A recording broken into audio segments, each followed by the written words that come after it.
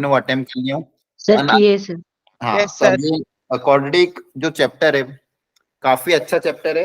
एक क्वेश्चन अगर आता है तो जनरली चांसेस यही रहते हैं कि मैक्सिमम बच्चों से वो हो जाता है, प्रोवाइडेड बेसिक थ्योरी आपको पता हो, ठीक है। उसी तरह से कॉम्प्लेक्स भी है। तो ये दो चैप्टर हमको इसलिए अभी बीच में लिए गए आपके 12th के बीच में, ताकि इन दो चैप्टर का जल्दी भी हो जाए। जैसे क्वाड्रेटिक अपन ने लगभग 3 से 4 लेक्चर में कंप्लीट किया, कॉम्प्लेक्स नंबर भी 2 से 3 लेक्चर में मैक्सिमम अच्छे से हो जाएगा।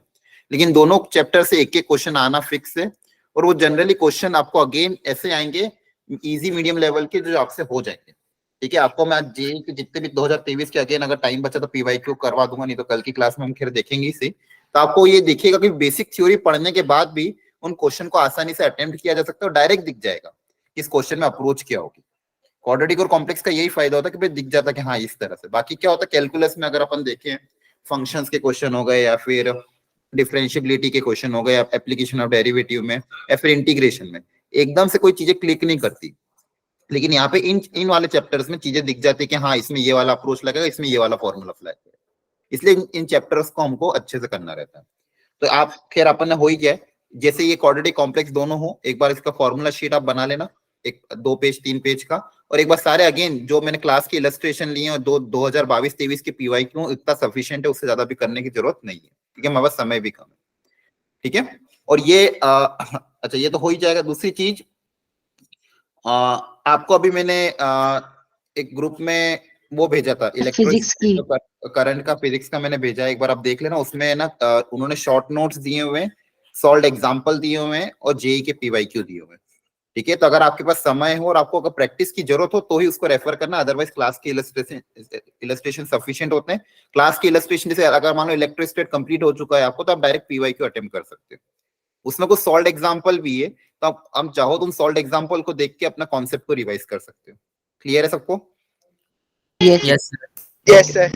ठीक है। और जैसे ही मेरे को टाइम मिलेगा मैं एक शीट भी अभी बना रहा हूँ, खैर जल्द से जल्द, हो सकता है 3-4 दिन में बन जाए। उसमें मैं सारे चैप्टर्स की एक ये जैसे बुकलेट होती है ना, जैसे आपको मैंने भेजी, इन्हीं तरह से सारे चैप्टर की एक बुकलेट वहां पे मैं अपलोड कर दूंगा, जिसमें हर चैप्टर की के शॉर्ट नोट्स, उसमें फिर उसके पीवाईक्यू और थोड़ा बहुत प्रैक्टिस क्वेश्चन ये उसमें होंगे। तो अगर आपके पास कभी भी आपको जरूरत पड़े तो आप वहां से वो देख लेना। दूसरा चीज, आपके पास ऑलरेडी खैर मटेरियल काफी है ही, वो भी सफिशिएंट है, लेकिन आपको किसी चैप्टर के लिए लग रहा है कि सॉल्व एग्जांपल करने की जरूरत है, तो आप इन बुक्स को या फिर इन पीडीएफ को रेफर कर सकते हो। वहां से क्या कर सकते हो, सॉल्व एग्जांपल की प्रैक्टिस या पीवाईक्यू की प्रैक्टिस कर सकते हो, ठीक है। चलो, और एक चीज और, जैसे अभी कब से, आज क्या हो गया, मंडे हो गया, तो अपना देखो ये यहाँ पे साइड बाय साइड तो ये प्रोसेस चलता रहेगा। अभी अपन कॉम्प्लेक्स नंबर कर लेंगे, कॉम्प्लेक्स नंबर के बाद देखते हैं कौन कौन सा टॉपिक, जो भी 11 के टॉपिक्स को साइड बाय साइड चलते रहेंगे। एक चलो वेडनेसडे से, ठीक है, वेडनेसडे से मोस्ट प्रोबेबली आफ्टरनून में, वेडनेसडे, थर्सडे और फ्राइडे, सॉरी वेडनेसडे नहीं, थर्सडे, फ्राइडे और सैटरडे, ये 3 दिन आफ्टरनून सेशन थोड़ा लगवाऊंगा मैं। आफ्टरनून सेशन मतलब लगभग 12:30 से 1 या 2 बजे तक, 1:30 बजे तक, 2 बजे तक, जो भी है। हाँ, थर्सडे तो हमारा पेपर है सर। अरे बात सुनना, मुझे पता है, डोंट वरी, पूरी बात सुनो। ये सबके लिए नहीं है, ये ड्रॉपर्स वाले बच्चों के लिए फिलहाल, ठीक है। तो अभी ये फर्स्ट वीक तो कोई दिक्कत नहीं, आप लोग मत आना।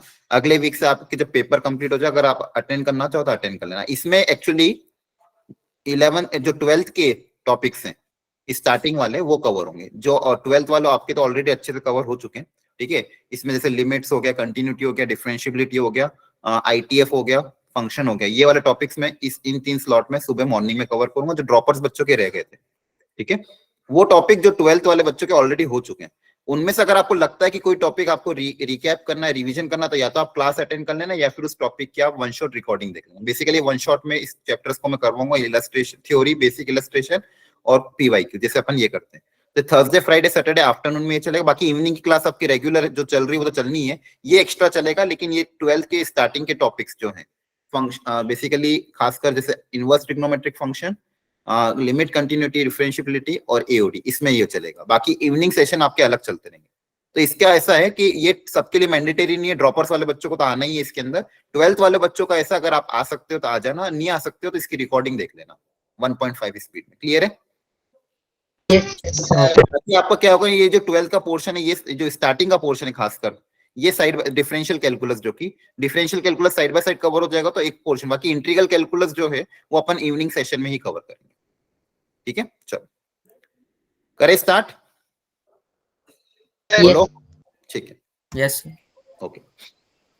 तो कॉम्प्लेक्स नंबर, जैसा कि ऑलरेडी आप जानते हो कि अपन अभी क्वाड्रेटिक से आए हैं। क्वाड्रेटिक में हमने जो बेसिक फंडामेंटल इक्वेशंस पढ़ रहे थे, उसमें एक केस ये बन रहा था कि मेरे पास बहुत सी बार केमिस्ट्री में, फिजिक्स में, जब मैं कुछ भी किसी चीज का डेरिवेशन करता था, या फिर जिन जिन लोगों ने भी कैलकुलेशंस करी किसी भी एक्सपेरिमेंट का या फिर किसी भी चीज का फॉर्मूला डिराइव करने में, कभी कभी इक्वेशन इस टाइप की भी आ रही थी। जैसे फॉर एग्जांपल ये हो गया, या फिर ये हो गया, इस तरह की इक्वेशन, और भी इस तरह की इक्वेशन आ रही थी, और उनको पूछ रहे भाई इसका सॉल्यूशन क्या होगा, इस टाइप की इक्वेशन का सॉल्यूशन क्या होगा, ये पूछा गया। तो प्रॉब्लम क्या आ रही थी कि भाई इसका सॉल्यूशन, रियल सॉल्यूशन नहीं निकल पा रहा था, क्योंकि x square equal to suppose -4 अगर मैं बोलता हूं, तो एक्स स्क्वायर इक्वल टू -4 का कोई भी सॉल्यूशन नहीं है। मतलब मैं ये नहीं बोल सकता हूँ एक्स की ऐसी कोई रियल वैल्यू जो इसको सेटिस्फाई करे, एक्स की ऐसी भी रियल वैल्यू नहीं है क्योंकि जो इसको सेटिस्फाई करे, क्योंकि मुझे पता ही है कोई भी रियल नंबर का स्क्वायर हमेशा पॉजिटिव होता है, नेगेटिव आने के लिए कोई सॉल्यूशन निकल नहीं पाता। लेकिन सॉल्यूशन निकालना जरूरी था, क्योंकि मुझे उस चीज का एनालिसिस करना है, आगे कहीं ना कहीं रिजल्ट मुझे लाना है। ठीक है, तो कुछ ना कुछ थ्योरी डेवलप तो करनी ही पड़ेगी। तो उन्होंने बोला ठीक है, let us develop a theory, like अगर रियल नंबर तो पॉसिबल नहीं है, लेकिन अगर इस तरह की इक्वेशन का मुझे सॉल्यूशन निकालना है, तो उन्होंने डेवलप किया इमेजिनरी नंबर्स का concept, that is complex number, और उसको बेसिकली बना दिया यूनिवर्सल सेट। क्या बना दिया? एक तरह का यूनिवर्सल सेट, क्योंकि उस कॉम्प्लेक्स नंबर में आपकी सारी चीजें आ जाएगी। ठीक है, उस कॉम्प्लेक्स नंबर के अंदर आपकी प्योरली इमेजिनरी नंबर्स आ जाएंगे, प्योरली इमेजिनरी नंबर्स आपके आ जाएंगे, रियल नंबर। ठीक है, और इन दोनों का mix format, that is complex number, जिसमें प्योर रियल और इमेजिनरी दोनों करके आ रहे हैं। ठीक है, और उन सारी चीजों को, अब रियल नंबर के अंदर अगर सारी चीजें आ गई, इंटीजर, फ्रैक्शन, रैशनल, इरेशनल, सब कुछ आ गया रियल नंबर के अंदर, तो इस पूरे सेट को मतलब बेसिकली यूनिवर्सल सेट बोलते हैं, कॉम्प्लेक्स नंबर, जिसके अंदर सारी चीजें आ जाएगी। और कैसे बोला कि अच्छा, जैसे मान लो इसका सोल्यूशन निकालना, तो x square equal to -4, square उधर जाके रूट में जाएगा, इसका आंसर आ जाएगा x equal to under root of plus minus -4। अब तक तो ये चीज डिफाइन नहीं थी। इस चीज को डिफाइन करने के लिए उन्होंने एक टर्मिनोलॉजी डिफाइन करी, लेटेस्ट यहाँ पे इसको क्या कर दिया, 4 इंटू -1 लिख दिया। ठीक है, क्या लिख दिया, 4 इंटू -1।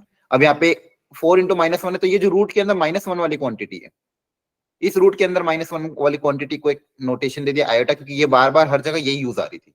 हर बार अंडर रूट के अंदर एक नेगेटिव टर्म आ रहा था, उस नेगेटिव टर्म को थोड़ा सिंप्लीफाई करने के लिए, अच्छा बार बार ये दिखने में थोड़ा अच्छा नहीं दिख रहा था, कहीं ना कहीं जैसे ऐसा लग रहा था, तो उसने उसको आयोटा, जैसे अपन ने उसमें याद है पीएनसी में अपने पास बार बार सॉल्यूशन में 4 इंटू 3 इंटू 2 इंटू 1 टाइप सा इक्वेशन आ रही थी, तो उन्होंने उसको क्या डिफाइन कर दिया, एन फैक्टोरियल डिफाइन कर दिया, है ना। Yes sir. ऐसा क्यों करते हैं? ताकि चीजें थोड़ी सी सिंप्लीफाइड वे में दिखे। तो कभी कभी हम अपने सहूलियत के लिए चीजें डिफाइन कर लेते थे, क्योंकि अपन ने देखा था कि एन नंबर आर लोगों को अरेंज करने का तरीका क्या रहता है, R into R -1 up till 1, तो उस एक्सप्रेशन को उन्होंने फैक्टोरियल के टर्म्स में डिफाइन कर दिया। इसी तरह से अंडर रूट ऑफ -1 को आयोटा डिफाइन कर दिया, आपको पता ही है। तो इस चीज का अगर मैं सॉल्यूशन निकालूंगा, तो एक्स स्क्वायर इक्वल टू -4, तो यहाँ से मेरा सॉल्यूशन आ जाएगा +-2 आयोटा, +-2 आयोटा। तो ये इंट्रोडक्शन था बेसिक, कि भाई इस तरह की इक्वेशन जहां पे रियल सॉल्यूशन नहीं आ पा रहे थे, तो वहां पे कॉम्प्लेक्स नंबर को डिफाइन किया गया, और कॉम्प्लेक्स नंबर के अंदर अब सारी चीजें मेरे आ जाएगी। अब मुझे इसी चैप्टर में इन सब चीजों को पढ़ना है। सिलेबस की अगर बात करें, तो आपने ऑलरेडी खैर इस चैप्टर को ऑलरेडी लास्ट ईयर थोड़ा बहुत बेसिक पता ही आपको, लेकिन सिलेबस फिर भी देख लो। Complex number as an ordered pair of real number, representation of a complex number in a plus iota b, उसको आर्गन प्लेन में रिप्रेजेंट करना। एल्जेब्रा मतलब addition, subtraction, multiplication, division of a complex number, equality of the complex number, ये algebra में आ जाएगा। Modulus and argument of a complex number, ये काफी इंपॉर्टेंट है। और इसमें एक और चीज आती है, कॉन्जुगेट। ये तीन चीज, मॉड्यूलस, आर्ग्यूमेंट एंड कॉन्जुगेट, ये इनका थ्योरी और इनके प्रॉपर्टीज, जिसपे क्वेश्चंस काफी आते हैं। इस बार square root of the complex number and triangular inequality ये हटा दिया गया, बाकी सारी चीजें आपके पास है। ठीक है, तो इन चीजों को हम देखेंगे, और इसमें अलावा दो टॉपिक और एक्स्ट्रा इसमें हम पढ़ेंगे, जिससे क्वेश्चन आ जाते हैं। एक तो क्यूब रूट ऑफ यूनिटी, लिखा नहीं है लेकिन फिर भी क्वेश्चन कहीं ना कहीं इनडायरेक्टली पूछ लेता है। क्यूब रूट ऑफ यूनिटी हम पढ़ेंगे। इसके अलावा हम एक चीज और पढ़ेंगे इसमें, बेसिक ज्योमेट्री। बेसिक ज्योमेट्री मतलब बेसिकली कॉम्प्लेक्स नंबर में ज्योमेट्रिकल रिलेटेड कुछ चीजें होती है, distance between two complex point, circle की इक्वेशन, स्ट्रेट लाइन की इक्वेशन, बेसिक अंडरस्टैंडिंग, जितना मेंस लेवल के काम के, बाकी फिर अपन डिटेल एडवांस में देखेंगे। ये दो चीज भी हम इसके साथ कवर करने की कोशिश करेंगे। तो ये आपका सिलेबस। तो जैसा कि मैंने आपको बताया, कॉम्प्लेक्स नंबर जो है, any number can be, complex number को लिखने का तरीका बताया गया a plus iota b type से। ठीक है, कॉम्बिनेशन इस तरह से कॉम्प्लेक्स नंबर का किया गया, वेयर ए एंड बी, जो साथ में यहाँ पे जो टर्म्स ए और बी, ये बिलोंग्स टू रियल नंबर, ध्यान रखना ए और बी हमेशा क्या होंगे, बिलोंग्स टू रियल नंबर, और this is my complex number, और इसको स्टैंडर्ड फॉर्मेट में इसी तरह से लिखवाया गया a प्लस आयोटा बी। ठीक है, अब यहाँ पे अगेन जैसे अपन ने generally x axis y axis plane पढ़ी थी, यहाँ पे भी ए और आयोटा बी के टर्म्स में दो एक्सिस डिफाइन करेगी, एक होती मेरी real axis of the complex number, और दूसरी मैंने बोलती इमेजिनरी एक्सिस, प्योरली इमेजिनरी, जैसे कि मैंने कॉम्प्लेक्स नंबर को बोला था कि एक पूरा रियल पार्ट, एक इमेजिनरी पार्ट, और इन दोनों का ये कंबाइंड पोर्शन मेरा कॉम्प्लेक्स नंबर है। यहाँ पे सारे real axis of the complex number, imaginary axis, तो यहाँ पे अगर मैं बात करूँ इस कॉम्प्लेक्स नंबर का रियल पार्ट क्या हो जाएगा, बोलो, A is the real part of the complex number, और imaginary part हो जाएगा इसका B, तो A is the real part and B is the imaginary part। ठीक है, जैसे मैं एग्जांपल के तौर में अपन ने ऑलरेडी ले सकते हैं 2 - 3 आयोटा, तो 2 - 3 आयोटा एक कॉम्प्लेक्स नंबर है जहाँ पे रियल पार्ट तो कितना है 2 है, और इमेजिनरी पार्ट है -3, तो 2 - 3 आयोटा एक बेसिकली इस पूरे कॉम्प्लेक्स प्लेन में आर्गन प्लेन जिसको बोलते हैं, यहाँ पे एक पॉइंट को रिप्रेजेंट करेगा Z, तो ये एक Z इस तरह से complex number basically Argand plane में एक पॉइंट को रिप्रेजेंट करेगा, 2 - 3 आयोटा जैसे यहाँ पे हो गया। अगर मैं बोलता हूँ Z इक्वल टू सपोज 8, क्या ये कॉम्प्लेक्स नंबर है? Yes sir है। ऐसा है। है, तो कैसे लिखोगे 8 + 0 आयोटा, इसका इमेजिनरी पार्ट क्या है 0, क्लियर है, और ये कहाँ पे लाई करेगा, यहाँ पे लाई करेगा इस पॉइंट पे, आया ना, ये भी एक कॉम्प्लेक्स नंबर है, क्लियर है सबको?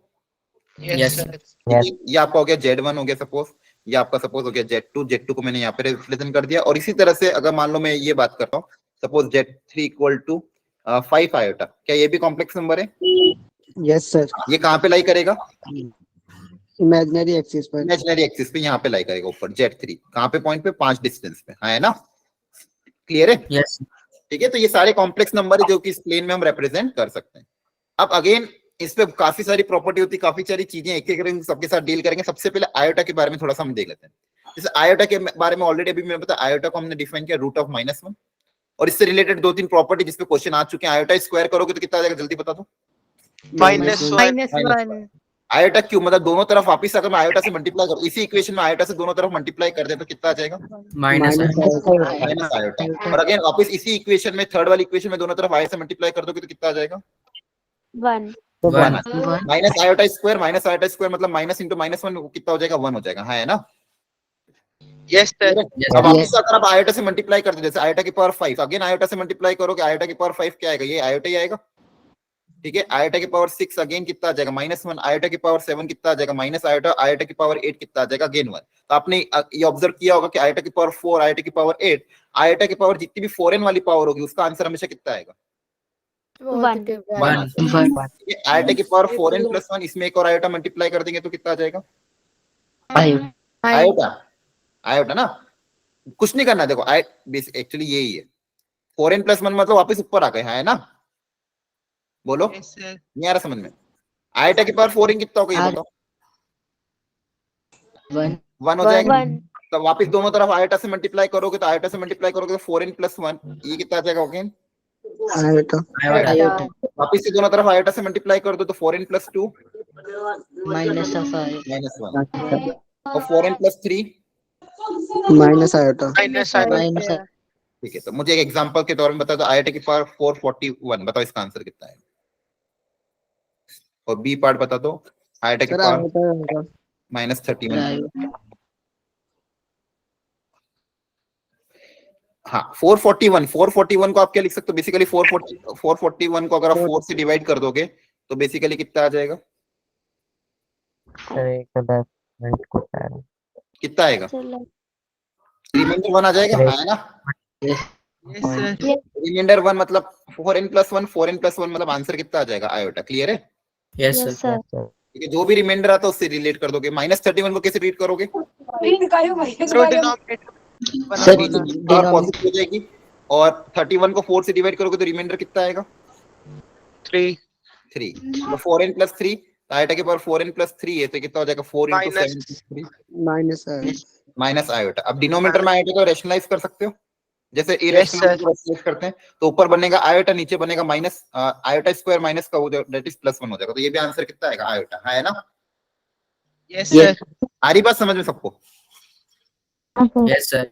ठीक है, आई थिंक ये बेसिक चीज आपने ऑलरेडी कर रखी होगी। तो अपन एक चीज यहाँ पे क्या देखी कि अभी अपन ने देखा आयोटा की पावर 4n ये देखो ध्यान से, 4n 4n plus 1 4n plus 2 4n plus 3, अगर इन चारों को ऐड कर दें तो बताओ आरएचएस में क्या आएगा? 0. Zero. चारों को अगर मैं ऐड कर दूं तो 1 माइनस 1 से कैंसिल हो जाएगा, आयोटा माइनस आयोटा से कैंसिल होगा, इन चारों का एडिशन कितना आ जाएगा? 0. तो ये प्रॉपर्टी बहुत काम की कि आयोटा की पावर 4n, आयोटा की पावर 4n प्लस 1, आयोटा की पावर 4n प्लस 2 और आयोटा की पावर 4n प्लस 3, इन चार कंसेक्यूटिव पावर, 4 कंसेक्यूटिव पावर्स अगर इस तरह से लिखी गई है, उन चारों का एडिशन कितना आएगा? 0. क्या बात समझ में आ रही है? Yes. Yes, sir. चार कंसेक्यूटिव 4n, एक तो 4 का मल्टीपल उसके प्लस 1 प्लस 2 प्लस 3, क्लियर है? Yes. Yes. Yes, sir. ठीक है। तो अगर मैं आपको एक छोटा, ऑलरेडी अपने कर रखे, जैसे मान लो 8 प्लस आयोटा की पावर, इसके पहले ले लो 6 प्लस आयोटा की पावर 7 प्लस आयोटा की पावर 9, एक बार चेक करो इसका आंसर कितना है? 0. Zero. पक्का?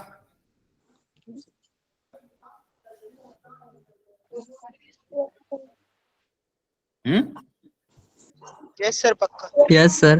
ठीक है, इसमें कोई दिक्कत तो नहीं है ना? क्योंकि देखो कैसी भी हो, अल्टीमेटली इसके बाद कुछ भी हो, पहले कुछ भी हो, ये साइकिल रिपीट होती जाएगी। कोई 4 कंसेक्यूटिव का सम कितना कर दोगे? 0, क्लियर है? Yes, sir. अब अगर जैसे ये तो क्या आपके आयोटा के बारे में, अगर मैं अब इसके अलजेब्रा की बात करूं, अलजेब्रा ऑफ कॉम्प्लेक्स नंबर,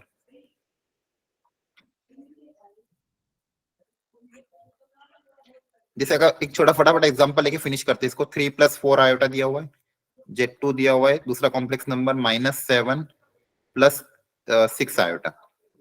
तो मुझे बता दो, अगर अलजेब्रा मतलब बेसिकली ऐड करूंगा तो ऐड कैसे करेंगे? ऐड का एडिशन क्या आ जाएगा? Addition Sir, Part A two minus plus 4 plus part two imaginary. Minus Part two 4 plus 10 iota, हाँ है ना? ये सब करना आता है? Yes, sir. Yes, sir. Yes, Yes, sir. sir. Check करना हुआ तो माइनस कर देंगे सर डायरेक्ट। बताओ कितना आ रहा है? 10. 10 minus 2 iota. Sir, 10 minus iota 2 minus 2 iota और मल्टीप्लाई करेंगे तो कैसे करेंगे? Sir, पूरे को माइनस 21 पूरे हाँ, को करना बेसिकली है। ब्रैकेट्स को आपस में मल्टीप्लाई करना है, ऐसा नहीं कि रियल को रियल के साथ कर दिया, इमेजिनरी को ये दोनों ब्रैकेट्स को आपस में मल्टीप्लाई करना है एक एक करके। तो ब्रैकेट्स को मल्टीप्लाई पहले 3 के साथ मल्टीप्लाई होगा तो -21 plus 18 iota -28 iota plus 24 iota square, है ना? क्लियर है सबको? Yes, sir. Yes, sir. ठीक है, इस तरह से ब्रैकेट्स को मल्टीप्लाई करेंगे और फिर आपका final complex number a plus iota b के टर्म्स में आएगा। डिवाइड कैसे करेंगे? नॉर्मल तरीके से चलो rationalize कर देते हैं. रैशनलाइज कर देंगे बस। डिवाइड करना है भाई, रेशनलाइज करना पड़ेगा। रेशनलाइज कैसे? यहाँ पे जो भी आयोटा का सिंबल है वो चेंज कर देना। -7 है, सॉरी कंजुगेट से -6 मल्टीप्लाई कर देंगे। हो जाएगा, यहाँ पे हो जाएगा -6। रेशनलाइज करोगे तो नीचे basically a plus b a minus b का टाइप क्रिएट हो जाएगा, उससे रियल नंबर बन जाएगा, है ना? Yes, sir. Yes, sir. अगर मैं Yes. बात करूँ कि अगर मान लो दो कॉन्जुगेट वाले हैं, a प्लस आयोटा बी और उसका conjugate a minus iota b, इनका प्रोडक्ट कितना आएगा? A square minus B A square. square minus B square. a square minus b square, तो नीचे नंबर क्रिएट हो जाएगा और आपका डिनोमिनेटर से कॉम्प्लेक्स नंबर हट जाएगा। तो जनरली हम कॉम्प्लेक्स नंबर को डिनोमिनेटर में नहीं रखते, ध्यान रखना। ये आपका हो गया अलजेब्रा, इसमें किसी को कोई दिक्कत नहीं है ना? A square plus B square होगा ना? नहीं, हाँ सॉरी, Sir, प्लस भी plus होगा। प्लस होगा, thank you. a square plus b square, generally iota square है तो माइनस माइनस प्लस हो जाएगा, हाँ है ना? Yes, sir. Very good. तो ये आपका हो गया अलजेब्रा, जिसमें एडिशन, सब्ट्रैक्शन, मल्टीप्लिकेशन, डिवीजन हमने देख लिया। ये बेसिक प्रॉपर्टी के भी अगर 4 कंसेक्यूटिव है तो इसका सम 0 कर दोगे आयोटा। अच्छा, एक चीज और मुझे बताओ कि एक अपन ये पढ़ते थे under root of a b, या आपने कभी इलस्ट्रेशन में देखा root of a into root of b हम लिखते हैं, क्या ये सबके लिए ट्रू है क्या? यहाँ पे एक चीज, एक जगह दिक्कत यस आती है। सर। जैसे अगर मान Sir, लो, complex number में आते हैं. नहीं जैसे मान लो एक बात करें अपन, इस एग्जांपल लू, जैसे फॉर एग्जांपल ले लिया मैंने, बताओ जैसे एक छोटा सा एग्जांपल था, ध्यान नहीं आ रहा, रुको मैं एक लेके दिखाता हूँ। Under root of 25x square है, इसमें तो कोई दिक्कत नहीं, बताओ इसका आंसर कितना आ जाएगा? 5x. अंडर रूट है मान लो माइनस का 36 मल्टीप्लाई बाय प्लस का 25, बताओ 5 गुना 6 आयोटा 6 into 5. अब देखो, हाँ अब बेसिकली अगर इसके बेसिकली मेरे को वेरीफाई करना है LHS RHS बराबर है या नहीं है, ठीक है? अगर मैं बेसिकली इसका LHS पार्ट निकालू, ध्यान से, इसको चलो नए पेज पे ले लेते हैं। √4 इंटू √, छोटा सा एग्जांपल ले लेते हैं, -25। ठीक है, रूट मेरे को बेसिकली ये चेक करना है कि root of a b equal to root of a into root of b कहाँ कहाँ पे सही है। ठीक है, तो इसकी वैल्यू 10 कितनी आ iota. जाएगी? एक तो √4 लिख देंगे, दूसरा लिख देंगे रूट ऑफ -25। तो RHS में तो कितना आएगा? -100। LHS में sir. कितना आएगा? 2 इंटू 5 आयोटा है ना, जी सर, ये आ जाएगा Yes, sir. ये कितना आ जाएगा? 10 10 आयोटा। iota. और ये भी कितना आ जाएगा? 10 आयोटा। यहाँ पे कोई दिक्कत नहीं, यहाँ पे करेक्ट है, दोनों तरफ प्लस हुआ तो भी करेक्ट है। अब मान लो दो नंबर नेगेटिव अगर लेते हैं, जैसा कि मैंने ले लिया √of -4 √of -36, तो बेसिक प्रॉपर्टी से तो कितना आना चाहिए? √-4 इंटू √-36 है ना, बोलो। Yes, sir. Yes, sir. अब ये 4 इंटू 36 कितना हो जाएगा? 144। चेक करना एक बार, Yes, sir. है ना। Yes, और sir, यहाँ सही पे है। √-4 इंटू √-36। अब 144 का स्क्वायर रूट कितना आएगा? 12। 12. 12. और यहाँ पे आएगा Yes. -2 आयोटा, 2 यहाँ आयोटा। पे आएगा आपका सर प्लस आएगा ना? सॉरी प्लस का 2 आयोटा, और यहाँ पे कितना आएगा? 6 6 आयोटा। 6 iota. तो ये कितना आएगा? 12 equal to 12 into iota square, है ना। तो 12 और इधर क्या बनेगा? -12। -12। बोले नहीं, क्लियर है? दिख पा रहा है आपको कहाँ पे एरर आया? कि जब दोनों टर्म अगर नेगेटिव हो तब आपको ध्यान रखना है।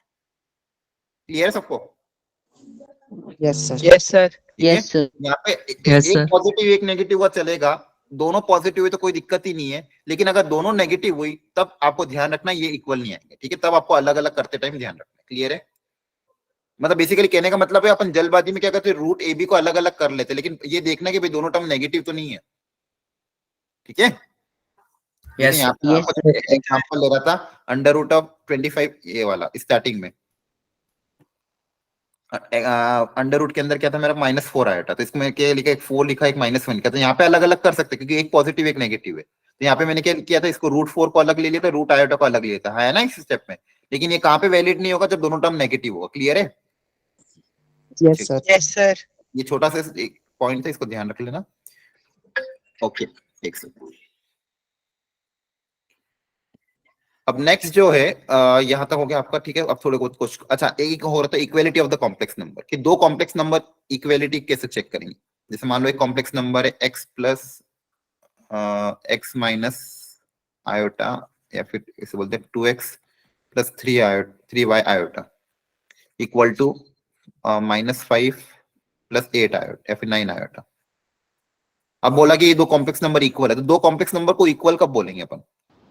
Sir, real part- वाला जब real उनके के real- equal Real part और imaginary imaginary part equal हो। हाँ, रियल पार्ट रियल के बराबर होना चाहिए और इमेजिनरी पार्ट इमेजिनरी पार्ट के बराबर होना चाहिए। क्या बात समझ में आ रही है? Yes, जी sir. सर। Yes. दो कॉम्प्लेक्स नंबर को हम इक्वल बोल देंगे। ठीक है, इसके लिए भी हमको कुछ समझने की जरूरत है। ये बेसिक स्टार्टिंग था आपका।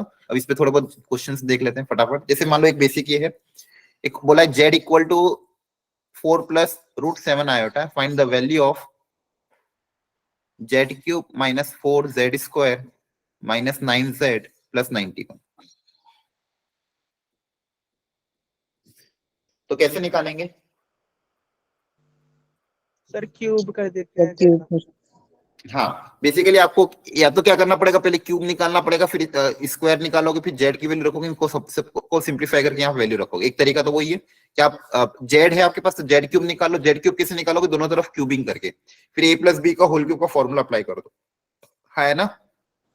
Yes, Yes. sir. Yes, sir. ठीक है, एक तरीका और होता है, जनरली वो काम आ जाता है बहुत सी बार, कि भाई अगर मान लो ऐसा दिया हुआ है, इस आयोटा को अकेला बना दो, इस 4 को उधर भेज दिया, तो 4 को इधर भेज दोगे तो इधर क्या बचेगा? आयोटा √7। अब क्या करो, दोनों तरफ स्क्वायरिंग कर दो। दोनों तरफ स्क्वायरिंग करोगे, ठीक है, तो यहाँ पे क्या बनेगा? Z square minus 8z plus 16 equal to, इधर स्क्वायरिंग करोगे तो कितना आ जाएगा? -7, है ना। क्लियर है?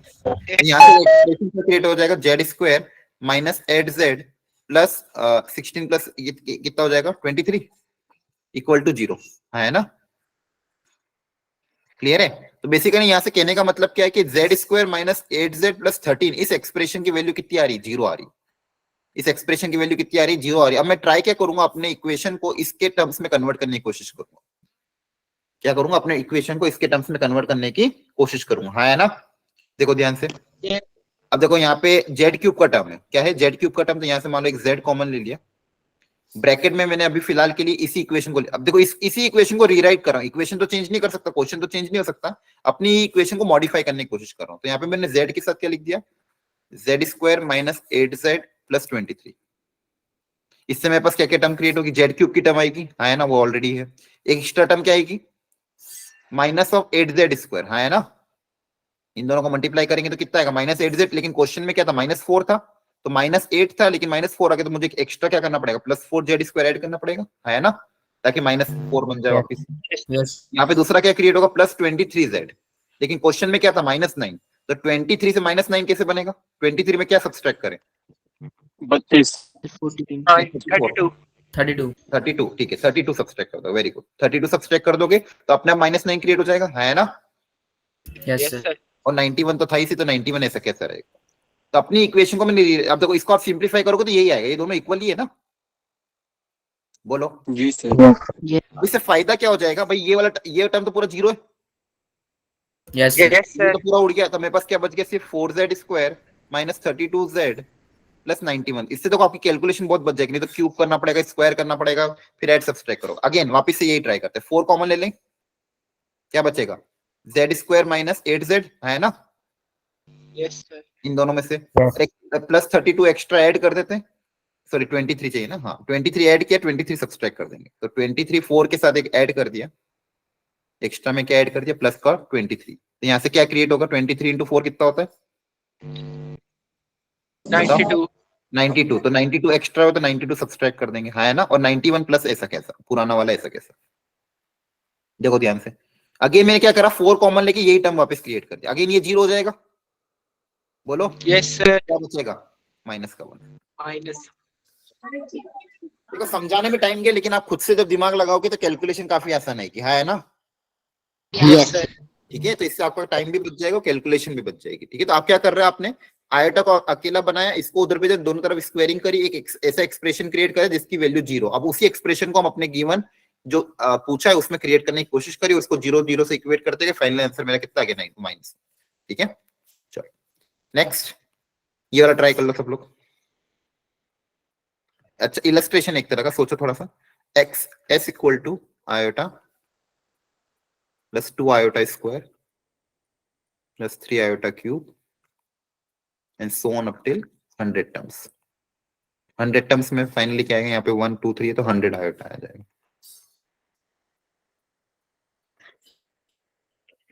ऐसे क्वेश्चन आपने सीक्वेंस इन सीरीज में जब सीरीज पढ़ाया था तब देखते हो। यहाँ पे क्वेश्चन 1 2 3 4 आ रहे हैं, क्या करें इनको हटाने के लिए, मेरे को तो क्या चाहिए था कि कंसेक्यूटिव चाहिए, लेकिन क्वेश्चन 1 आना चाहिए, सेम आना चाहिए। अब यहाँ पे क्वेश्चन अलग अलग आ रहे हैं, तो क्या करें, मुझे सबके क्वेश्चन सेम हो जाता तो मेरा काम हो जाता। यहाँ पे क्वेश्चन क्या आ रहे हैं, 1 2 3 4 इस तरह से कंसेक्यूटिव क्वेश्चन बन रहे हैं। अगर ये क्वेश्चन को मुझे सेम बनाना तो इसके लिए कोई तरीका है क्या, सोच के बताओ।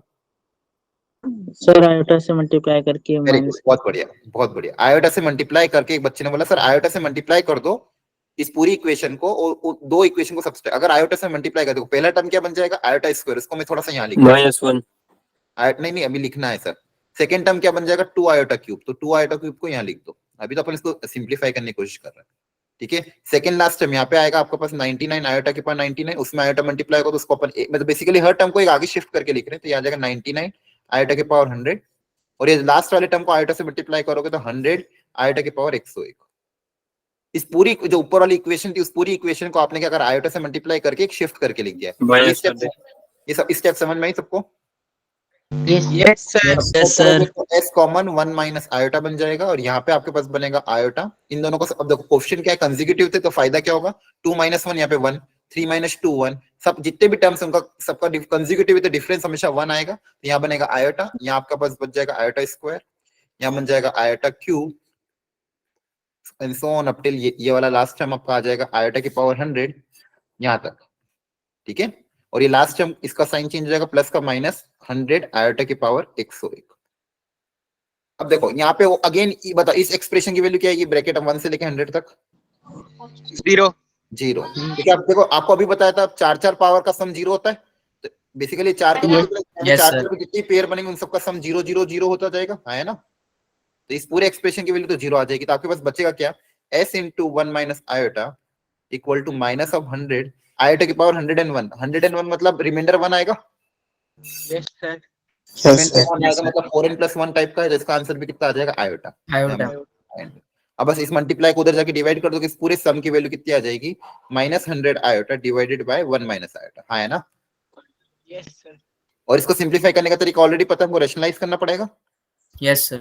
1 प्लस आयोटा से मल्टीप्लाई, 1 प्लस आयोटा से डिवाइड, नीचे बनेगा a square plus b square that is 2, और ऊपर ये 1 प्लस आयोटा से मल्टीप्लाई हो जाएगा, तो आपके पास कितना आ जाएगा 100 माइनस 100 आयोटा। ठीक है, तो बेसिकली आंसर आ जाएगा 50 into 1 प्लस। आई बात समझ में? Yes, sir. Yes, sir. तो यहाँ पे जो क्वेश्चन काफी अच्छा था, बस मेन ये एक तो प्रॉपर्टी ये यूज है कि भाई आयोटा के जो 4 कंसेक्यूटिव पावर उनका सम 0 होगा, तो 1 से लेके 100 तक 4 के सारे पेयर बन जाएंगे, उनका सम 0 आ जाएगा। दूसरी चीज ये कभी भी कंसेक्यूटिव कोएफिशिएंट आए और आपको हटाना हो तो इस तरह से मल्टीप्लाई करके आप सब्सट्रैक्ट करोगे तो आपका काम हो जाएगा। ठीक है, नेक्स्ट, ये बहुत स्टैंडर्ड क्वेश्चन है।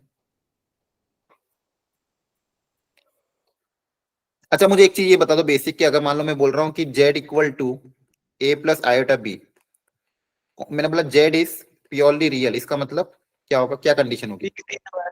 B 0 है। सर आई का कोफिशिएंट 0 मतलब b 0 हो जाएगा, है ना। इमेजिनरी पार्ट क्या हो जाएगा? 0, right. Yes, sir. z is purely imaginary, imaginary मतलब A sir zero. A 0 a 0 हो जाएगा। बहुत A बढ़िया। 0. चलो ये एक PYQ है, फटाफट ट्राई करके आंसर। पहले तो इसको सिंप्लीफाई कर लेना, उसके बाद पहले इसको स्टैंडर्ड फॉर्मेट में कन्वर्ट कर दो a प्लस आयोटा b के टर्म्स में, उसके बाद दिमाग लगाओ।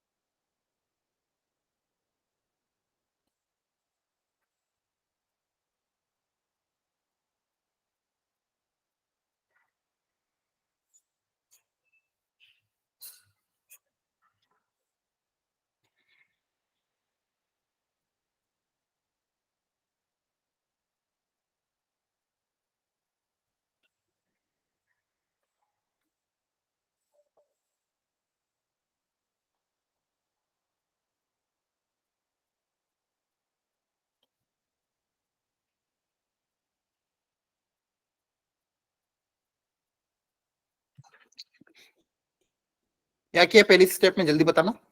Rationalize. हाँ, सिंप्लीफाई करने के लिए रैशनलाइज ही करोगे, हाँ है ना। Yes, sir. ठीक है, जैसे रैशनलाइज करोगे नीचे a plus b a minus b a square plus b square बनेगा, याद रखना आयोटा केस में a square plus b square, हाँ है ना। Yes sir. यहाँ बनेगा a square plus b square, ऊपर इन दोनों को मल्टीप्लाई कर दोगे तो देखो क्या क्या बन जाएगा, एक 2 का टर्म आएगा कांस्टेंट में, फिर यहाँ से आएगा 4 आयोटा, यहाँ से आएगा 3 आयोटा, 4 प्लस 3 7, और एक इन दोनों को ऐड करो 6 साइन स्क्वायर थीटा। तो प्योरली इमेजिनरी, तो कौन सा पोर्शन 0 होगा? Real. Real part of complex number will be 0, और इसका रियल पार्ट अपन लिख ले तो बेसिक रियल से मतलब मुझे तो 6 माइनस 2 माइनस 3 sine square theta real part आएगा, और डिनोमिनेटर में आएगा 1 plus 4 sine square theta equal to 0, हाँ है ना। Yes, sir. डिनोमिनेटर कभी भी 0 के बराबर नहीं होगा, तो इसको आप डायरेक्टली 0 में भेज सकते हो। तो यहाँ से आपके बनेगा 6 sine square theta equal to 2, तो यह आ जाएगा sine square theta equal to 2/6 that is 1/3, तो साइन थीटा कितना आ जाएगा प्लस माइनस 1/√3, हाँ है ना। Yes, sir. ये ऑप्शन नंबर डी आ जाएगा। क्लियर है सबको? Yes, sir. ओके, अब देखो जेई का ही क्वेश्चन था लेकिन बेसिक पूछ लिया, हाँ है ना। फिर से एक और क्वेश्चन देखो 2009, ये 17 का क्वेश्चन, 16 का क्वेश्चन था, ये 19 का क्वेश्चन है, देखो इसको ध्यान से।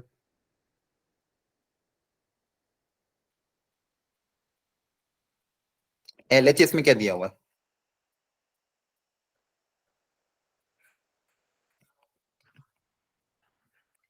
एक्स और वाई की वैल्यू पूछी गई है, तो क्या तरीका होगा आपके हिसाब से? क्यूब खोल लेंगे इसका हाँ, बाद। क्यूब खोलेंगे, वेरी गुड, और फिर दोनों तरफ इक्वेट कर देंगे, है ना। Yes, yes sir. Sir. Basically question equality of the complex number पे आ गया। पहले क्यूब करके उसको ओपन कर दोगे, a प्लस आयोटा b के टर्म्स में लिख दोगे, फिर रियल पार्ट को रियल पार्ट से इक्वेट कर देंगे, इमेजिनरी को इमेजिनरी से इक्वेट करके x और y की वैल्यू आ जाएगी, हाँ है ना। Yes, Yes, sir. sir. ठीक है, ये हो जाएगा आप लोगों से। Yes, yes sir. ठीक है, अब देखो दोनों ही Yes. इलस्ट्रेशन काफी बेसिक थे। एक तो था जिसने प्योरली रियल प्योरली इमेजिनरी पे पहला क्वेश्चन आया, दूसरा equality of the complex number पे आया, हाँ है ना। क्या बात समझ में आ रही है। Yes. Yes. तो ऐसे क्वेश्चन भी आ सकते हैं, बस बेसिक कंसेप्ट आपको क्लियर होना चाहिए। नेक्स्ट, अब इसी में आगे बढ़ते हैं। हाँ, represent- पीछे वाला बताना कैसे किया आपने। कुछ नहीं करना, इसको a प्लस बी का होल क्यूब इससे ओपन कर। पीछे वाला। हाँ पूछो। हाँ, ये इतनी आने के बाद क्या करना था, क्वेश्चन आने के बाद। कौन सी इक्वेशन के बाद। ये 2+1 इसके बाद क्या करना था। मतलब स्टार्टिंग स्टेप से। नहीं, ये 2+7 i sin थीटा के बाद क्या करना था, इतना तो आ गया, उसके बाद क्या करना था। उसके बाद रियल पार्ट को अलग कर दिया, रियल इसमें से रियल पार्ट को जीरो से इक्वेट कर दिया, क्योंकि प्योरली इमेजिनरी बोला था। जी। प्योरली इमेजिनरी में real part of the complex number zero से इक्वेट हो जाएगा। इसको आप क्या करोगे, इसमें से बेसिकली आयोटा पार्ट अलग कर दो, रियल पार्ट अलग कर दो। तो देखो 2 - 6 sin स्क्वायर थीटा और नीचे वाला 1 + 4 sin स्क्वायर थीटा, ये रियल पार्ट हो गया। और आयोटा के साथ क्या क्या टर्म बनेगा, आयोटा के साथ आपका बन जाएगा 7 sin theta upon 1 + 4 sin square theta. ये आयोटा के साथ बन गया, क्लियर है। इसमें से रियल अलग कर लिया, इमेजिनरी। अब बोला था प्योरली इमेजिनरी तो रियल पार्ट जीरो, क्वेश्चन में बोलता प्योरली रियल तो इमेजिनरी पार्ट को जीरो से इक्वेट कर, ठीक है। जी sir. Okay, representation of the complex number in a plane. एक कॉम्प्लेक्स नंबर को प्लेन में कैसे रिप्रेजेंट करना है वो समझते हैं। अभी मैंने आपको ऑलरेडी बताया था, कॉम्प्लेक्स नंबर जो भी डिनोट होता है, जिसको हम डिनोट करते हैं generally a plus iota b से, ठीक है। यहाँ पे a जो होता है वो the real part of the complex number, that is comes on the real axis, और b मतलब imaginary part, purely imaginary part, तो वो आता है इमेजिनरी एक्सिस पे। तो basically any complex number of the form a plus iota b represent a point in the Argand plane, ठीक है। अब यहाँ पे आपका रियल पार्ट है a, इमेजिनरी पार्ट है b, तो इन दोनों के करस्पॉन्डिंग ये जो पॉइंट आएगा ये मेरा हो जाएगा कॉम्प्लेक्स नंबर z। और ये जो बेसिकली अभी जो बोला मैंने, बेसिकली हर कॉम्प्लेक्स नंबर एक पॉइंट को रिप्रेजेंट करता है इस प्लेन पे, ठीक है। तो अब ये कॉम्प्लेक्स नंबर को जैसे वेक्टर के टर्म्स में हमने देखा था, अब वैसे ही अगर इस पॉइंट को मैं ओरिजिन से ज्वाइन कर दूं तो ये इस पॉइंट की पोजीशन डिनोट करेगा, और ओरिजिन से ये जो डिस्टेंस हो जाएगा ये इसका modulus of the complex number denote करेगा। क्या डिनोट करेगा, modulus of the complex number. और ये जो कॉम्प्लेक्स नंबर है मेरी पॉजिटिव इस direction of x, basic positive real axis के साथ जो एंगल बनाएगा एंटी क्लॉकवाइज डायरेक्शन में, वो उसका हो जाएगा आर्गुमेंट, वो इसका क्या हो जाएगा आर्गुमेंट। तो यहाँ पे कहने का मतलब ये कि जो ओजेड डिस्टेंस होगा, this distance represent modulus of complex number, OZ distance represent modulus of complex number, ठीक है। और ये जो एंगल है theta, this represent argument of complex number, ठीक है। इस एक्सिस के साथ जो एंगल बना रहे हैं अपन, ये जो कॉम्प्लेक्स नंबर ये जो इस एक्सिस के साथ एंगल बना रहा है वो क्या हो जाएगा आर्ग्यूमेंट ऑफ कॉम्प्लेक्स नंबर। इसी तरह से डिफाइन किया गया। ऐसा क्यों होता है वो दिमाग में लगाना, इसी तरह से इसकी डेफिनेशन डिफाइन करेगी, modulus and complex number. Again अगर ये डिस्टेंस निकालना मेरे लिए आसान है, पाइथागोरस थ्योरम, क्या आ जाएगा अंडर रूट ऑफ, बोलो, a square B plus b square square. plus A a square plus b square, ठीक है, वेरी गुड। और थीटा निकालना हुआ तो tan inverse of B upon A. हाँ tan inverse of b upon a, क्योंकि यहाँ पे पता ही आपको tan theta b by a आ जाएगा, तो थीटा कितना आ जाएगा tan inverse b by a, हाँ है ना। Yes, sir. Okay. इस तरह से हम पूरे कॉम्प्लेक्स नंबर को कहीं पे भी रिप्रेजेंट कर सकते हैं, अब चाहे वो प्योरली रियल हो, प्योरली इमेजिनरी हो, कैसा भी हो। जैसे मान लो अगर मैं बात करूँ अभी जैसे मैंने -3 आयोटा, तो बताओ ये कहाँ पे आएगा, Imaginary axis. इमेजिनरी एक्सिस पे नीचे की तरफ। नीचे की तरफ। तो बताओ इसका मॉड्यूलस कितना होगा, -3. मॉड्यूलस होगा। 3. ओरिजिन से इसका डिस्टेंस कितना आएगा 3, है ना। वैसे भी तो under root of a square plus b square करोगे तो यही तो आएगा 3 तो आएगा, राइट। Yes, sir. आर्ग्यूमेंट कितना आएगा, नॉट डिफाइन जाएगा। क्यों आर्ग्यूमेंट थीटा होता है, थीटा कितना आएगा। 270. अब देखो ना, इसका थीटा निकालना है आपको, So now, ये कॉम्प्लेक्स नंबर है। अब चाहो तो अगर 0 से 2 पाई के सेंस में घूमना तो या तो 270 डिग्री बोल सकते हो, वो अगर कौन ये- सा कन्वेंशन है, 0 से 2 पाई वाला कन्वेंशन है, और क्वेश्चन में बोला भी -पाई से पाई वाला कन्वेंशन यूज करना है, तो फिर इस क्वाड्रेंट के लिए एंटी क्लॉकवाइज जाओगे तो कितना जाएगा, -90 डिग्री, है Yes, ना? sir. यस सर, कि नहीं? अरे बोलो। Okay sir, Yes, sir. ठीक है, मान लो अगर एक और ले लेते हैं एग्जांपल, -5, क्या ये कॉम्प्लेक्स नंबर है? Yes, Yes, sir. sir. Yes, sir. कहाँ पे होगा? Sir real part left side में एक्स एक्सिस इसका मॉड्यूलस बताओ। 5. 5 5 नेगेटिव कभी नहीं आएगा, ध्यान रखो, डिस्टेंस रिप्रेजेंट करता है, हाँ है ना? Yes, sir. इसका आर्ग्यूमेंट बताओ। पाई सर 180 पाई पाई, पाई पॉजिटिव पाई नेगेटिव कोई बात एक ही है, पॉजिटिव ले सकते नेगेटिव ले सकते, क्लियर है? Yes, Yes, sir. sir. Okay. 3 - 4 iota कहाँ पे लाई करेगा, कौन से क्वाड्रेंट में? सेकंड नहीं, फोर्थ क्वाड्रेंट। फोर्थ में, हाँ है ना? 3 और -4 कहाँ पे लाई करेगा, फोर्थ में, क्लियर है? Yes Yes, sir. इसका मॉड्यूलस क्या हो जाएगा? 5 5. मॉड्यूलस √3² + 4² करोगे तो कितना आ जाएगा, 5। क्लियर है सबको? Yes Yes, sir. Yes, sir.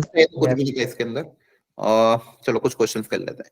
अच्छा रुको, इसके अलावा ठीक है, यहाँ तक ये हो गया, ये समझ में आ गया।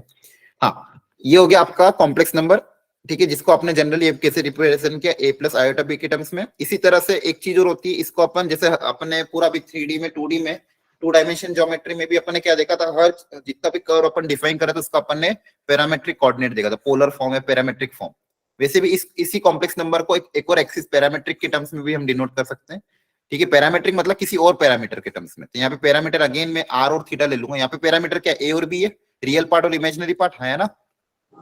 यस एक रियल एक्सिस है, एक इमेजिनरी एक्सिस है, तो उसके टर्म्स में complex number a + iota b को लिखा, जहाँ पे एक ही रियल पार्ट, एक ही इमेजिनरी पार्ट, तो ये पॉइंट को रिप्रेजेंट करेगा। जैसे यहाँ पे ये हो गया रियल पार्ट, ये इमेजिनरी पार्ट। अब इसी को मुझे पोलर फॉर्म में रिप्रेजेंट करना है, तो पोलर फॉर्म में रिप्रेजेंट करने के लिए क्या किया गया, r और थीटा के टर्म्स में। तो उन्होंने देखो कैसे रिप्रेजेंट किया, देखो ये कॉम्प्लेक्स नंबर हो गया था मेरा z, है ना? तो इस डिस्टेंस को, मॉड्यूलस को उन्होंने बोल दिया let the distance be r। इस डिस्टेंस को क्या नाम दे दिया, r। तो modulus of the complex number जो हम निकाल रहे थे, √a² + b², इसको क्या डिफाइन कर दिया, बोलो, r। क्लियर है? R. और जो आर्ग्यूमेंट ऑफ थीटा था, argument of this complex number, वो मेरा थीटा हो गया, उसको मैं बोल दिया थीटा। तो थीटा क्या हो जाएगा इस केस में, ये वाला, ये थीटा हो जाएगा, है ना? बोलो। Yes, sir. तो बताओ ये डिस्टेंस कितनी आ जाएगी, a r cos theta r cos theta, है ना? r cos theta. ये डिस्टेंस कितनी आ जाएगी, r sin theta R r sin. sin theta. तो कहने का ये मतलब निकला कि अगर r और थीटा के टर्म्स में इस पॉइंट को रिप्रेजेंट करेंगे, तो जो a हो जाएगा, a की जगह लिख दोगे r cos थीटा, b की जगह लिख दोगे r sin थीटा। तो इसी कॉम्प्लेक्स नंबर को लिखने का एक और तरीका क्या हो जाएगा, a की जगह लिख दिया r cos थीटा, b की जगह क्या लिख दिया, r sin थीटा। क्लियर है?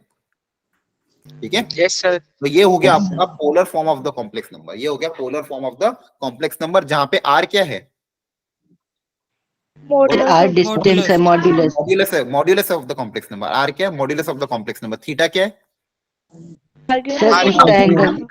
एंगल, आर्ग्यूमेंट इसमें से अगर r कॉमन ले ले तो इसको लिखने का तरीका हो जाएगा cos theta + iota sin theta. फिर एक और साइंटिस्ट है, उन्होंने इस फॉर्मेट को भी कन्वर्ट कर दिया। आपका जो सीरीज एक्सपेंशन होता है, मैक्लॉरेन और टेलर सीरीज हम जो पढ़ते हैं, उसमें इस टर्म्स को लिखने का एक और तरीका हो गया e⁻ आयोटा थीटा। ठीक है, तो इसको बोलते हैं यूलर फॉर्म। ठीक है, आपको बस ध्यान रखना है, cos थीटा + आयोटा थीटा को लिखने का एक और तरीका क्या है, e⁻ आयोटा थीटा। क्लियर है? Yes, Yes, yes. sir. ठीक है, अगर मैं आपसे ये बोलता हूँ कि e⁻ आयोटा 5 थीटा, इसका मतलब क्या हो जाएगा, बताओ? Theta Cos 5 5 theta theta cos plus 5 theta + Argument. Iota iota 5 theta. आयर समझ, जैसे जहाँ पे थीटा की जगह क्या हो गया, 5 थीटा हो गया, तो जहाँ पे थीटा उसकी जगह 5 थीटा आ जाएगा। ये बात समझ में आ रही है? Yes, sir. Yes. e⁻ iota π/2 Cos pi/2 plus cos iota pi by sin 2 cos π/2 + iota I sin pi by sin π/2, तो ये कितना आएगा, Sir, iota. iota आयोटा आएगा। देखो आर्गुमेंट कितना है, π/2 है, और π/2 और मॉड्यूल बेसिकली π/2 है, तो π/2 मतलब यहाँ पे और मॉड्यूलस 1 है, तो क्या आएगा, आयोटा ही तो आएगा। Yes, sir. ठीक है ना? ठीक है, तो ये हो गया कॉम्प्लेक्स नंबर को रिप्रेजेंट करने का एक और तरीका, cos theta + iota sin theta के टर्म्स में। तो ये जनरली कहाँ पे यूज होता है, जब भी हायर पावर आए मेरे पास, जब भी मेरे पास हायर पावर आए उस हायर पावर के केस में ये वाला तरीका अप्लाई करूंगा। क्यों? क्योंकि हायर पावर के केस में फायदा क्या होगा, पावर यहाँ पे मल्टीप्लाई हो जाएगी, क्योंकि यहाँ पे एक्सपोनेंशियल है ना, ठीक है, एक्सपोनेंशियल है तो पावर मल्टीप्लाई हो जाएगी, तो मेरा कैलकुलेशन क्या हो जाएगी, आसान हो जाएगी। जैसे अगर मैं आपको बात करूं एक एग्जांपल ले लेते हैं, √3 माइनस √3 माइनस, चल लो इसी को ले लो, √3 माइनस आयोटा ले लिया मान लो, या फिर एक काम कर लो, कुछ और ले लेते, कुछ भी ले लो, जेड ले लिया मान लो, √3 माइनस आयोटा, और पूछा है फाइंड z की पावर 8। ठीक है, तो एक तरीका तो क्या होगा, 8 बार मल्टीप्लाई करो, हाँ है ना, बोलो। Sir Yes. 2 बार मल्टीप्लाई करो उसकी पावर 4 कर दो। हाँ, या तो 8 बार मल्टीप्लाई करो 4 करके, या फिर सबसे आसान तरीका क्या है, इसको पोलर फॉर्म में 4 कन्वर्ट। की पावर n। ठीक है, पोलर फॉर्म में कैसे कन्वर्ट करोगे, पोलर फॉर्म में कन्वर्ट करने के लिए आपको क्या निकालना पड़ेगा, बेसिकली पोलर फॉर्म में हम कैसे लिखते हैं, z equal to r cos theta plus iota sine theta, है ना। Yes. Yes, sir. यहाँ पे r होता है उसका मैग्नीट्यूड, थीटा होता है उसका आर्ग्यूमेंट। तो पहले तो आपको r और थीटा प्रॉपर्ली निकालना होगा। तो सबसे पहले बताओ ये कॉम्प्लेक्स नंबर किस क्वाड्रेंट में लाई करेगा। Sir, fourth quadrant. फोर्थ हाँ, अगेन फोर्थ क्वाड्रेंट में लाई करेगा। ठीक है, तो फोर्थ क्वाड्रेंट में अगर मैं इसको बना दूं तो रियल पार्ट कितना है इसका, √3 इमेजिनरी पार्ट कितना है, -1. -1 इसको देखना आता है, इसमें किसी को दिक्कत हो तो पूछ लो, √3 -1 कैसा है। ठीक है, ये हो गया आपका कॉम्प्लेक्स नंबर फोर्थ क्वाड्रेंट में। तो इसको मैं ओरिजिन से ज्वाइन कर दूंगा तो ये मेरा कॉम्प्लेक्स नंबर हो गया। इसका मॉड्यूलस बता दो, 2 सर 2 √a² + b² करोगे तो कितना आ जाएगा, 2 आ जाएगा। ठीक है, तो ये तो 2 आ गया। अब थीटा मतलब ये आएगा नीचे वाला। Yes, sir. ठीक है, मतलब आर्गुमेंट कितना हो जाएगा, बेसिकली माइनस थीटा के बराबर। Yes. डाउन एंटी क्लॉकवाइज में नेगेटिव ले लेंगे, है ना, Yes, बोलो। sir. आर्गुमेंट की जगह माइनस थीटा आ जाएगा। अब थीटा निकालने के लिए क्या करोगे, tan theta equal to b/a, positive b/a, basic triangle. ठीक है, तो अगर ये थीटा जगह तो परपेंडिकुलर की लेंथ कितनी है 1, बेस की लेंथ कितनी है √3, है ना। अरे बोलो, Yes, sir. sir. tan theta की वैल्यू कितनी आ जाएगी, pi by 1 6। by √3. 1/√3। हाँ, 1/√3 मतलब यहाँ से थीटा कितना आ जाएगा, acute 5 angle by 6. 5/6 π/6। Very good. लेकिन फोर्थ क्वाड्रेंट में आर्गुमेंट कितना हो जाएगा, -π/6। Yes, sir. यस सर अभी भी देखो, पोलर फॉर्म में कन्वर्ट करना, सबसे पहले क्या निकालोगे, r निकालोगे, और फिर क्या निकालोगे, थीटा आर्गुमेंट निकालोगे। बेसिकली क्या निकालोगे, आर्गुमेंट। फोर्थ क्वाड्रेंट के हिसाब से आर्गुमेंट कितना हो जाएगा, माइनस थीटा, है ना। तो आर्गुमेंट हो गया -π/6, r हो गया 2। इस कॉम्प्लेक्स नंबर को कैसे लिखोगे आप, r की जगह हो जाएगा 2 cos, बताओ, pi by 6. -π/6। अच्छा, यहाँ पे 2 जगह थीटा ले लिया ना मैंने। एक काम करना है, इसको बेसिकली समझ में आ गया ना आपको क्या मतलब है, Yes, sir. आर्गुमेंट लेना है। यहाँ पे आर्गुमेंट आपका आ जाएगा -π/6, ये आ गया आपका z। ये बात समझ में आई। Yes, sir. अब चाहो तो इसको क्या लिख सकते, e की पावर आयोटा -π/6 लिख सकते हैं, Yes, sir. है कि नहीं, बोलो। Yes sir Yes, sir. अब आपको क्या पूछा, z की पावर 8 पूछा था, तो z की पावर 8 में इस दोनों तरफ इसको 8 से मल्टीप्लाई कर दोगे। Yes, sir. तो 8 से मल्टीप्लाई करोगे तो कितना आ जाएगा, 2 की पावर 8, e की पावर आपस में मल्टीप्लाई हो जाएगी, तो कितना आ जाएगा, 8π/6, है ना। Power Yes, power sir. Multiply हो जाती है तो कितना आ जाएगा, 8π/6। तो ये हो जाएगा 2 की पावर 8 इंटू 8π/6 मतलब 4π/3, है ना। सर माइनस का आ गया। माइनस में तो प्लस हो जाएगा ना, पावर इवन है तो। अच्छा हाँ हाँ। ठीक है, तो अब 4π/3, e की पावर 4π/3 निकाल सकते हो। e की पावर आयोटा 4π/3 का मतलब क्या हो जाएगा, 9 plus pi by 3। Cos 4 pi by 3. 4π/3, और साइन की जगह भी 4π/3, हाँ है ना। Yes, sir. ठीक है, तो यहाँ पे आप again trigonometry, cos of pi plus π/3, sine of pi plus π/3, sine of pi plus theta cos of pi, cos का cos ही रहना है। थर्ड क्वाड्रेंट में दोनों पॉजिटिव की नेगेटिव, दोनों नेगेटिव। तो यहाँ पे आएगा -cos π/3, -cos 60 डिग्री मतलब -1/2, और माइनस ऑफ √3/2 आयोटा, हाँ है ना। Yes, sir. तो Yes, इसकी sir. वैल्यू आ जाएगी -1/2 -√3/2 आयोटा। ये आपको फाइनल आंसर है। ठीक है, तो कहने का, अब इस पे बहुत सारे क्वेश्चंस अपन करेंगे, लेकिन कहने का मतलब क्या है कि जब भी हायर पावर आए तो हम जनरली कौन सा तरीका अपनाएंगे, पोलर फॉर्म। कौन सा अपनाओगे, बोलो। ठीक है, तो इसमें एक और चीज हमने क्या सीखी, अभी मैंने देखा कि e की पावर आयोटा थीटा को लिखने का तरीका क्या सीखा, बोलो। cos theta हाँ। plus iota sir Cos cos theta theta plus plus के iota आई थीटा साइन यहाँ पे थीटा क्या है? Argument argument of the complex number, argument of complex number. इसी में अगर मैंने एक चीज बोली थी कि अगर मान लो मैं इसको पावर को 5 से मल्टीप्लाई कर दूं तो क्या हो जाएगा?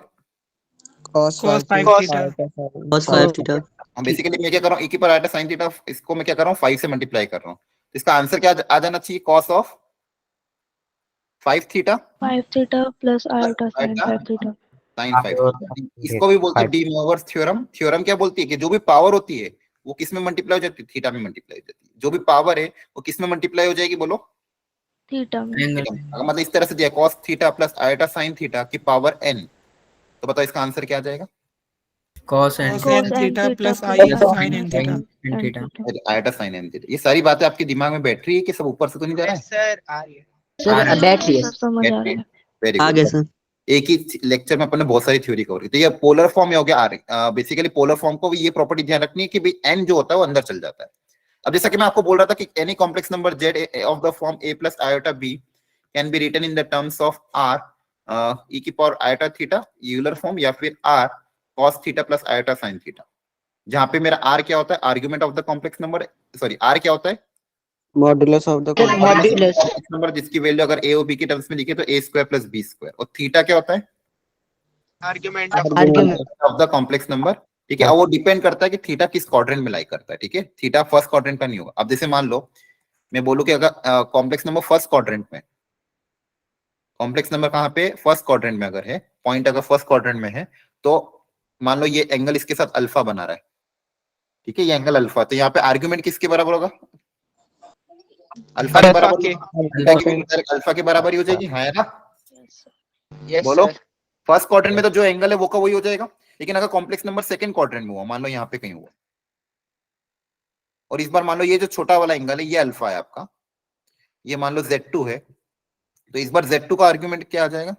pi minus pi alpha minus alpha. Five minus alpha theta. ये जो हो जाएगा ये एंगल, अब यहाँ से एंगल पूरा नापोगे तो पूरा एंगल पाई होता है, उसमें से अल्फा माइनस हो जाएगा, तो कितना हो जाएगा? Pi minus alpha. जहाँ पे अल्फा क्या है? फर्स्ट क्वाड्रेंट का एक्यूट एंगल, है ना? फर्स्ट क्वाड्रेंट में जो एक्यूट एंगल निकाल रहे हो वो आपका अल्फा, तो सेकंड क्वाड्रेंट में आर्ग्यूमेंट क्या हो जाएगा? Pi minus alpha. क्या ये बात समझ में आती है? Yes, sir.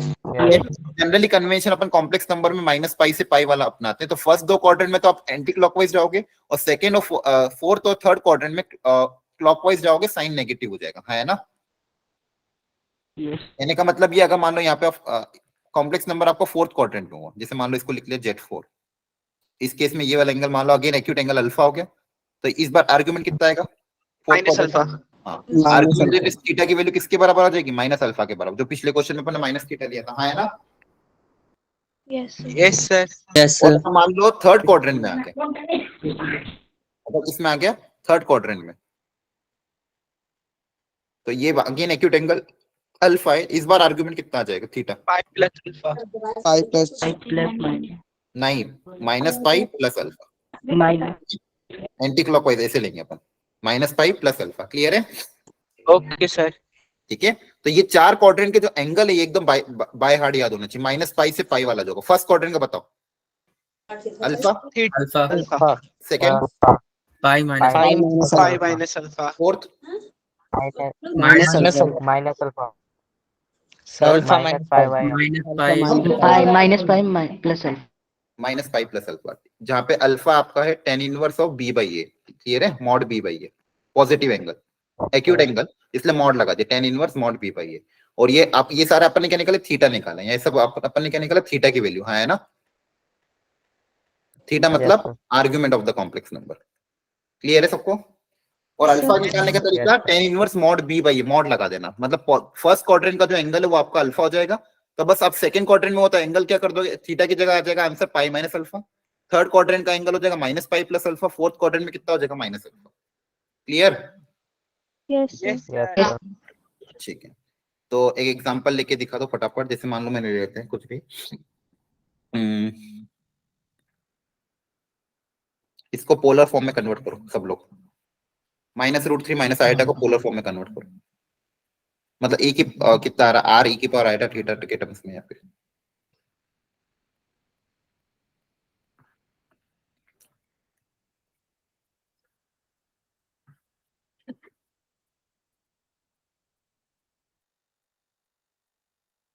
5 pi by 6 okay, argument. सबसे पहले आर निकाल लेंगे।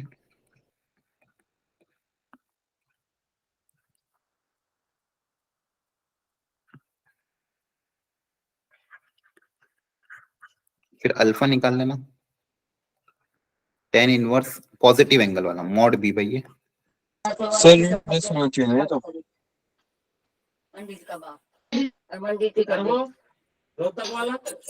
अनम्यूट करो यार, बैकग्राउंड से नॉइज आती है, जिसकी भी अनम्यूट करा करो, या फिर पीछे को बोलो एटलीस्ट चुप हो जाए, क्लास चल रही तो।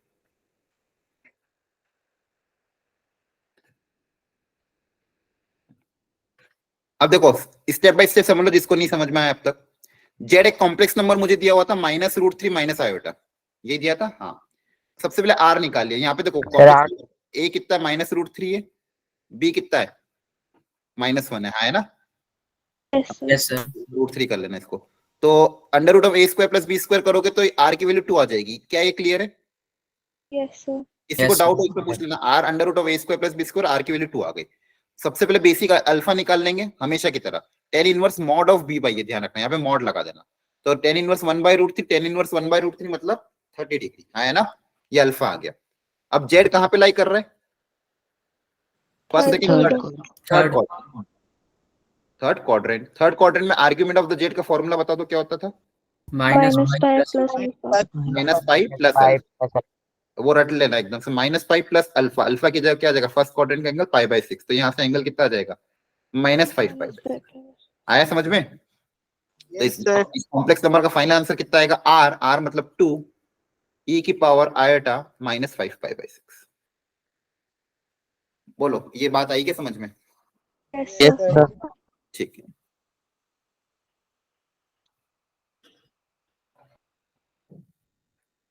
करो कन्वर्ट पोलर फॉर्म में।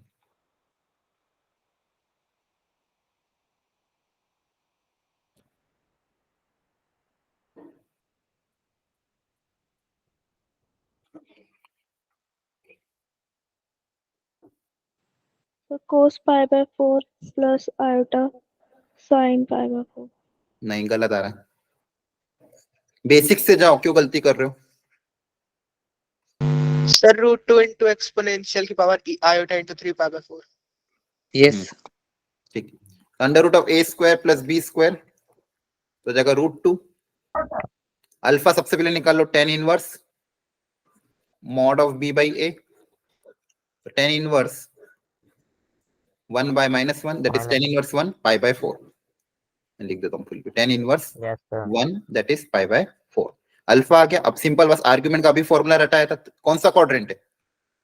Second. Second. क्वाड्रेंट में आर्गुमेंट क्या होता है, Pi Pi minus Pi minus minus alpha. Pi minus alpha ना, Yes, sir. Yes, हाँ, sir. तो पाई माइनस π/4, पाई माइनस π/4 कितना होगा, 3 3 pi by 4. 3 pi by 4. 3π/4। ये आएगा ना आपका आर्गुमेंट, और ये आएगा आपको मॉड्यूलस। तो आपका फाइनल आंसर कितना आ जाएगा, √2 e की पावर आयोटा 3 π/4, हाँ है ना। Yes, sir. Yes, sir. Yes, sir. अब बैठ गई दिमाग में सबके बात? Yes, sir. Yes. Yes, sir. तो ये बेसिक अंडरस्टैंडिंग थी, बेसिक इलस्ट्रेशन था। अब नेक्स्ट क्लास में अच्छे PYQ हम प्रैक्टिस करेंगे, ठीक है। कुछ आपको मैं एग्जांपल भी दे दूंगा, कुछ थ्योरी भी यहाँ पे डाल दूंगा, ठीक है। अच्छा अभी तो खैर बाकी बहुत सारा अपना कॉन्जुगेट बाकी है बेसिकली। अब मेन चीजें बाकी है, कॉन्जुगेट, मॉड्यूलस और आर्गुमेंट, इनकी प्रॉपर्टीज को अच्छे से डील करना है। क्लियर है सबको? Sir, एक चीज Yes. पूछना है। Yes, sir. पूछो Sir, पूछो जैसे जल्दी। हम थर्ड क्वाड्रेंट में